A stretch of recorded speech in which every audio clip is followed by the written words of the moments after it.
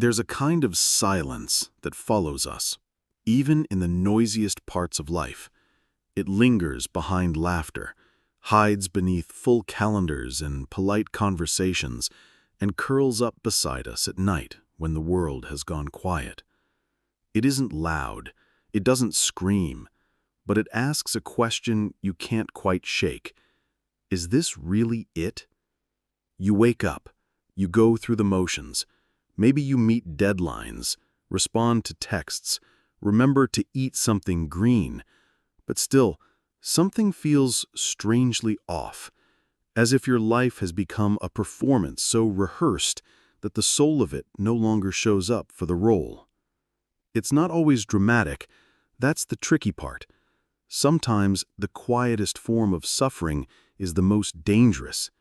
It's the dull ache that says nothing is particularly wrong, but nothing feels truly right either. That unsettling sense that you're drifting through a life that was meant for someone else.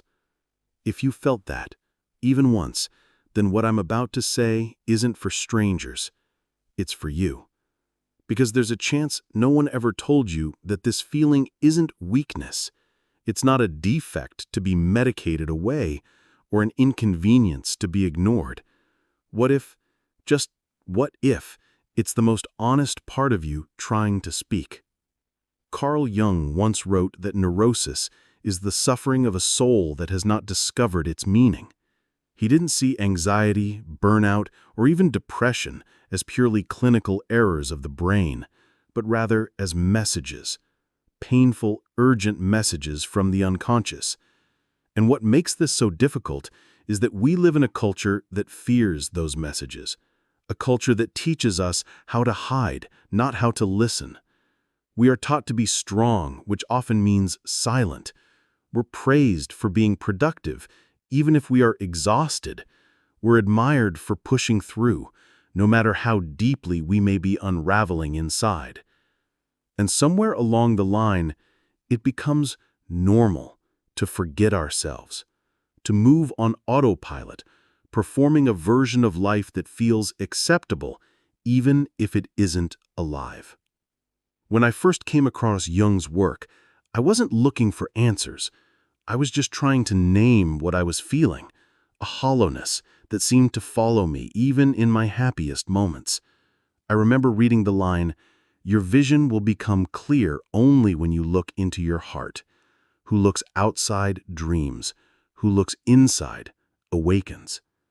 It stopped me in my tracks because for so long I had been taught to look outward, to chase approval, status, security, but I had rarely asked, what do I truly want? Sometimes, the deepest suffering begins with that one question, because when you finally admit that the life you're living doesn't match the life you long for, everything starts to shake, and that's terrifying, but it's also sacred. Jung called it the beginning of individuation, the slow, painful, liberating process of becoming who you really are. But it doesn't start with clarity. It often starts with collapse, a job that drains you, a relationship that suffocates you, a life that looks fine but feels like an echo. You try to fix it with distraction, scrolling, shopping, staying busy. You try to silence the ache with medication or routines. But underneath it all, something inside you is still waiting to be heard. It's not that your sadness is senseless. It's that it's been dismissed too quickly, reduced to symptoms, treated as a flaw rather than what it truly is, a cry for alignment. We don't often get told that emotional pain is not a problem to be solved. It's a signal. Your body, your mind, your very spirit is telling you, this isn't where I'm meant to be. Jung understood this deeply. He believed that the psyche has its own intelligence, its own language, and when we stray too far from our inner truth, it protests, not with words, but with symptoms, restlessness, emptiness, a fatigue that sleep cannot fix, a longing that nothing seems to fill. And yet, what do we do with that longing? Most of us try to ignore it. Or worse, we numb it. We self-soothe with achievement or approval or substances or smiles. We pretend everything is fine until we can't anymore, until the ache becomes unbearable and we either break down or break open. I remember a conversation with someone who told me, "I have everything I thought I wanted. Why do I feel nothing?" And I knew exactly what they meant. The emptiness that success can't fill. The loneliness that lingers even in love. The quiet realization that the ladder you were climbing was leaning against the wrong wall. And yet, so few people talk about this, because it feels shameful, doesn't it? To admit that despite doing everything right, you still feel wrong. But that's where Jung offers a different lens. He didn't see this as failure. He saw it as a beginning, a sacred discomfort, a psychic rupture that calls you inward toward the self. This isn't a quick fix. Individuation, Jung's term for this journey, is not about becoming perfect. It's about becoming whole. It's about integrating the parts of yourself you've denied or hidden, your fears, your grief, your contradictions, and making room for them, not to indulge them, but to understand them. To recognize that healing isn't about feeling good, it's about feeling true. And that truth often lives in the dark, in the moments you try to avoid, in the stories you were told not to tell. Jung believed that the unconscious holds all the pieces of us that we've disowned, and if we don't face them, they will control us from the shadows. But if we do, something begins to shift. The ache doesn't vanish, but it starts to guide us. It's a slow unfolding. It may look like stepping back from a life that no longer fits. It may mean sitting with uncomfortable emotions without immediately trying to change them. It may mean letting go of who you thought you had to be, so you can finally meet who you truly are. This journey is not linear. You will doubt yourself. You will want to go back to sleep. But every time you choose honesty over habit, presence over performance, something within you realigns. You stop abandoning yourself. You begin to trust your inner compass, even when the world around you says to ignore it. And slowly, you begin to notice the difference between a life that looks good and a life that feels alive. This isn't about throwing everything away. It's about pausing long enough to ask, what is worth keeping? What am I doing because it matters to me? And what am I doing because it was expected of me? And when did I start believing that survival was all I deserved? Sometimes the soul whispers. Other times it roars. Either way, it doesn't go away. And maybe that's a good thing, because in a world that wants you to fit in, conform, and stay numb, that restless ache may be your most faithful ally. It may be the one part of you that refuses to settle, that keeps pushing not for more, but for truth. If you felt that ache, you are not broken. You are being called. And answering that call will not be easy. It might break parts of you, but it will also make space for something more honest to emerge. Because the real tragedy isn't in falling apart. It's in never allowing yourself to fall open. There is something tender about realizing that your life needs to change, not in a dramatic, all-at-once kind of way, but in the quiet awareness that the path you've been walking is wearing down your spirit. It's a fragile clarity, like waking from a dream you didn't know you were in. And then comes the question, what now? Because recognizing the ache is only the beginning. What follows is far more daunting. Confronting the world that taught you to ignore it in the first place. The system, the culture, the expectations you were handed before you even knew how to speak for yourself. How do you start living a life that's your own when everything around you rewards the opposite? Jung understood this dilemma with piercing clarity. He didn't just diagnose internal wounds. He saw how they were created. He looked at society not as a neutral backdrop, but as a shaping force that often distorts us. A world obsessed with surface, with roles, with images. One that teaches us how to perform, but rarely how to feel. From the time we're small, we're told to be good, be useful, be impressive. We're rewarded for following the script. Get the grades, get the job, stay polite, stay busy. And somewhere in that process, we start trading pieces of ourselves for approval.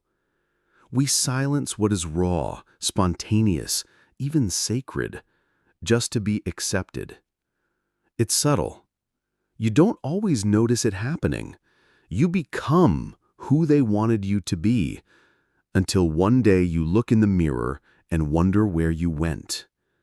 You followed all the instructions, checked all the boxes, but the soul?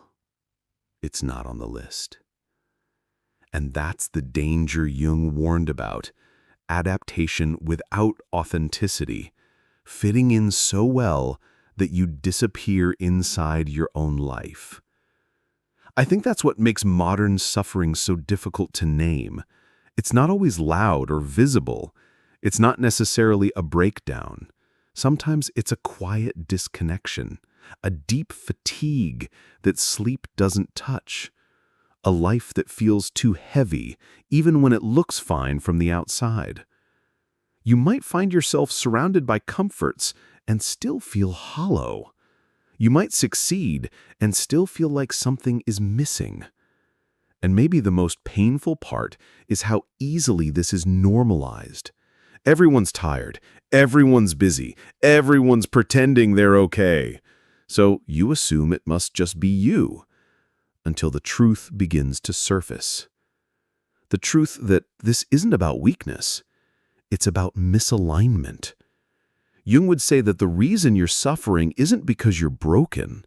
It's because your inner truth has been buried beneath a life that no longer reflects who you are. The self, your most authentic center, has been silenced in favor of the persona, the mask you wear to survive in the world.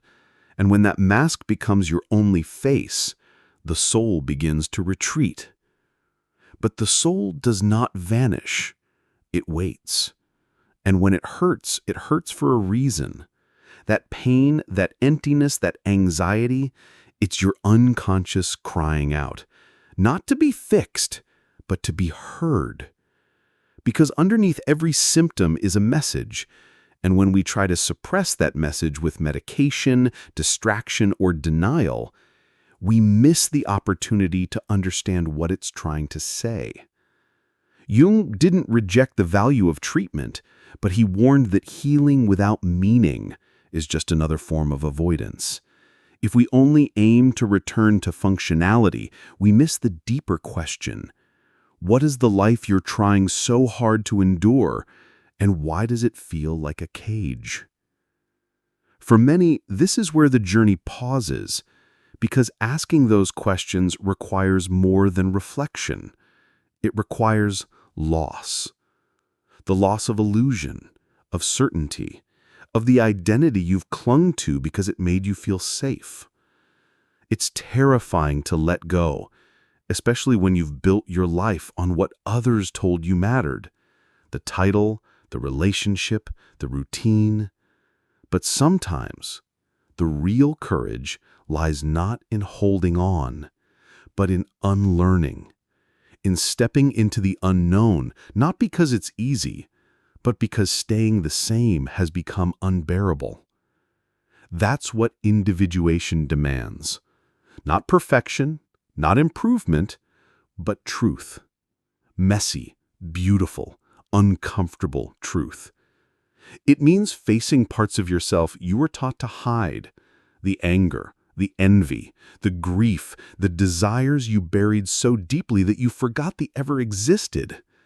Jung called this the shadow, the dark mirror of the self holding everything you've denied. And here's the paradox.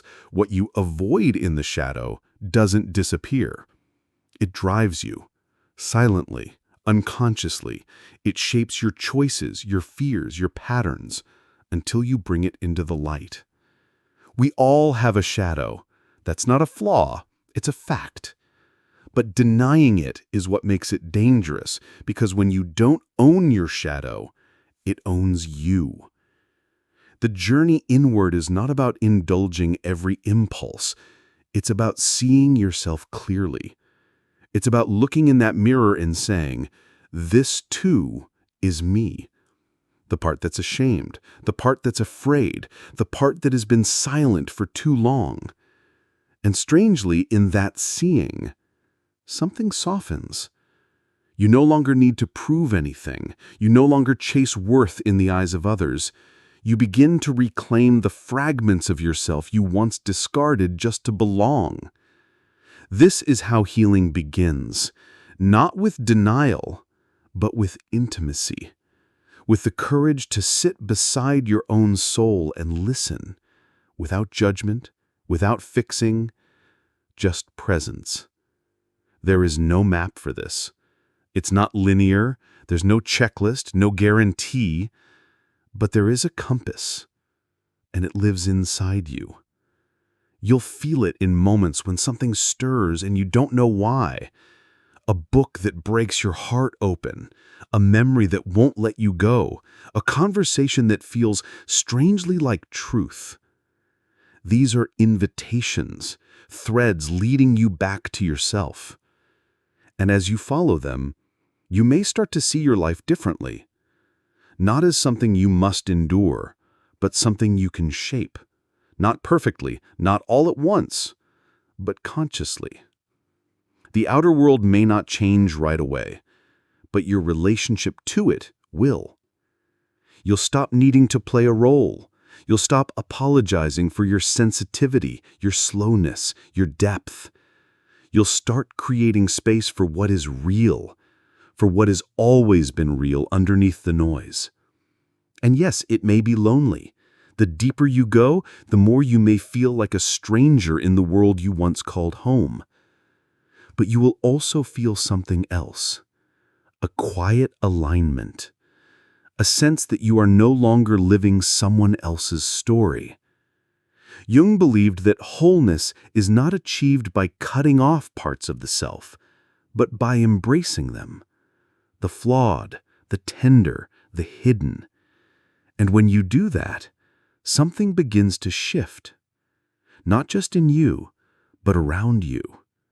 Your relationships deepen, your choices feel clearer, you no longer live in reaction, you begin to live in response. Response to what truly matters. Because once you've tasted that kind of truth, it's hard to go back. The distractions don't numb you the same way. The roles don't fit like they used to.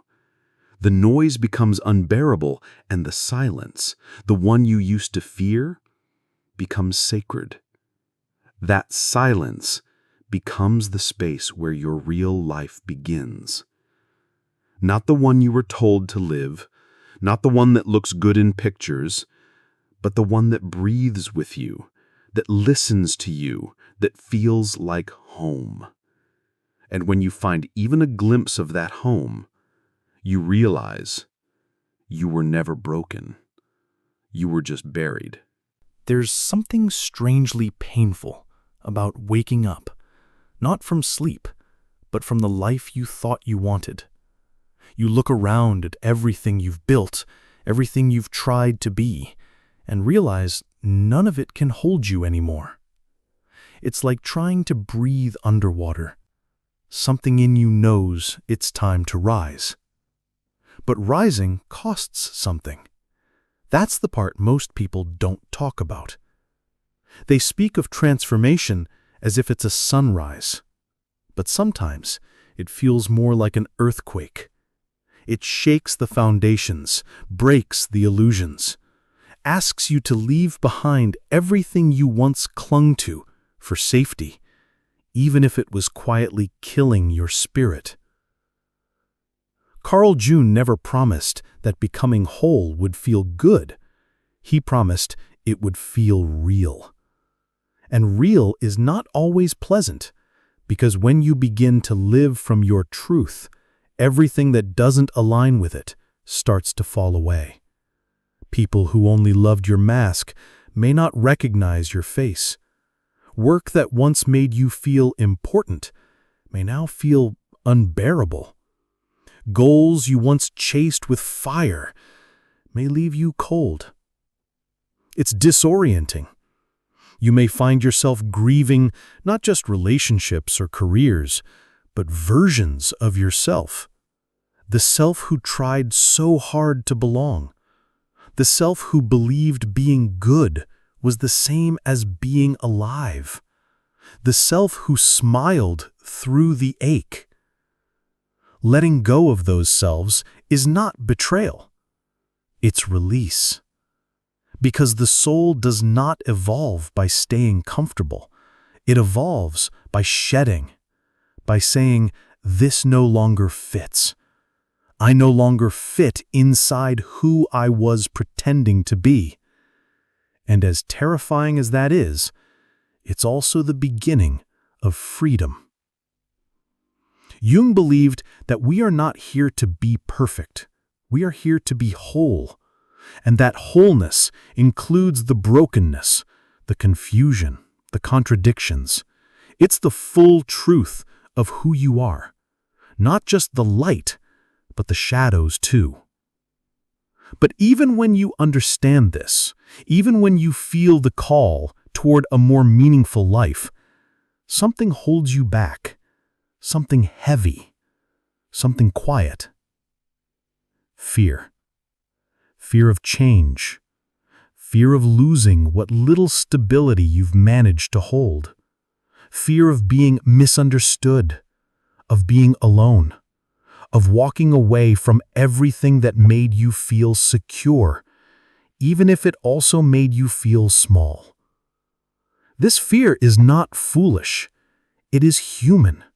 It makes sense to be afraid. We've been trained for so long to survive, not to thrive, to adapt, not to awaken. And awakening is terrifying because it asks you to choose between the life you know and the life you haven't met yet, between the safety of numbness and the risk of feeling everything, between the comfort of masks and the courage of honesty. Most people don't make that choice, not because they're weak, but because it's hard to walk into the fire of your own becoming.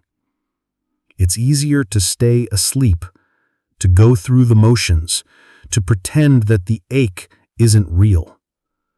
But you, if you've made it this far, you already know. Something inside you is stirring.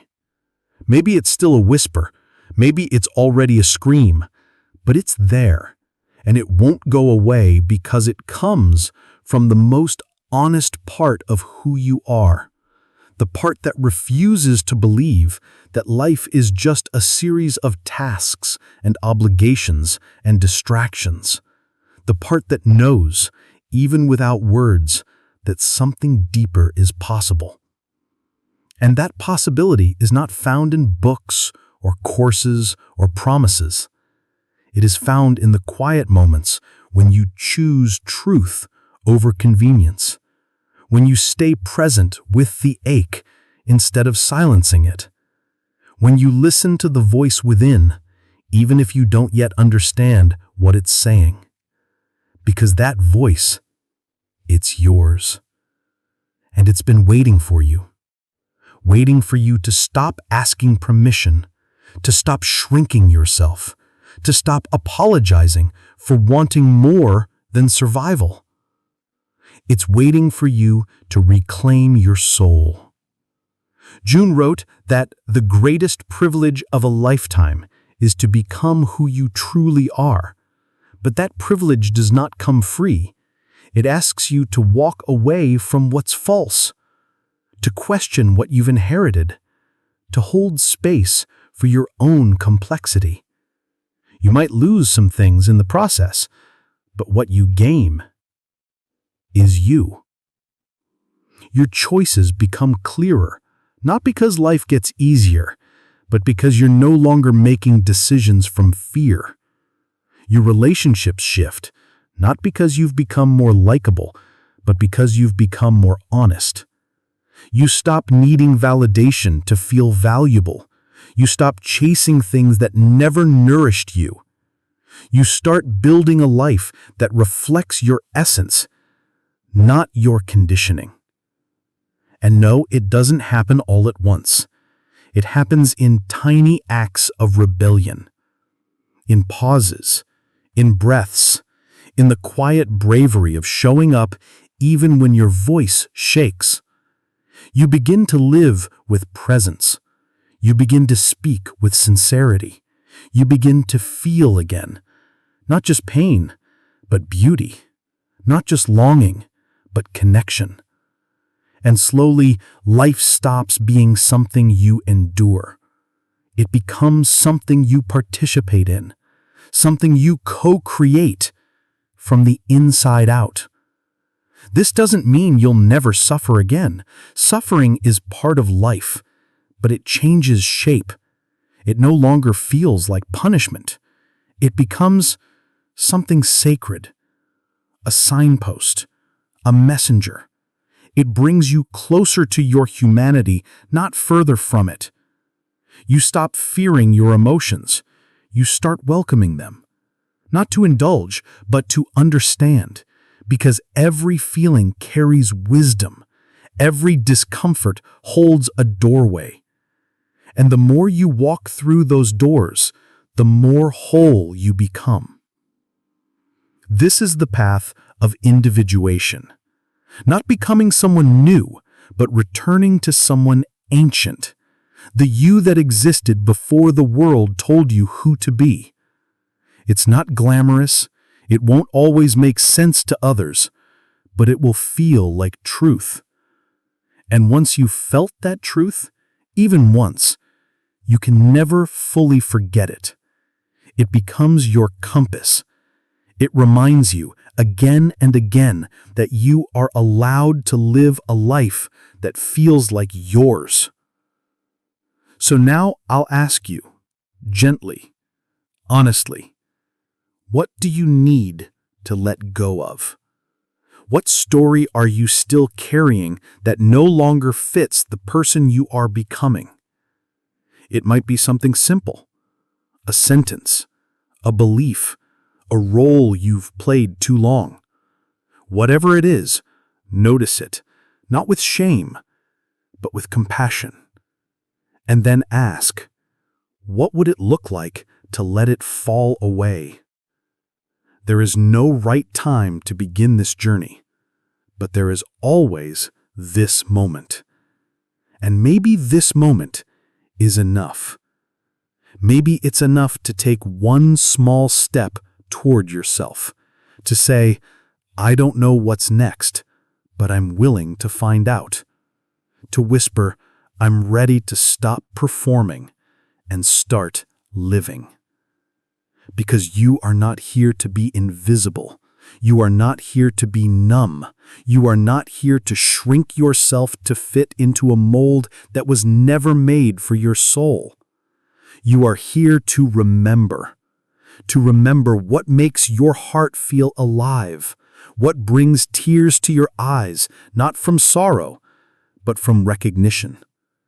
You are here to reconnect with what you once knew before the world asked you to forget. And no, it won't be easy, but it will be worth it. Because there is nothing more powerful than a person who has remembered who they are, who no longer begs to be seen because they have chosen to see themselves, who no longer waits for permission because they have already said yes to their own truth. That person is not a dream. That person is you, beneath the layers, beneath the masks, beneath the years of pretending. You are not broken. You are unfolding. So take your time.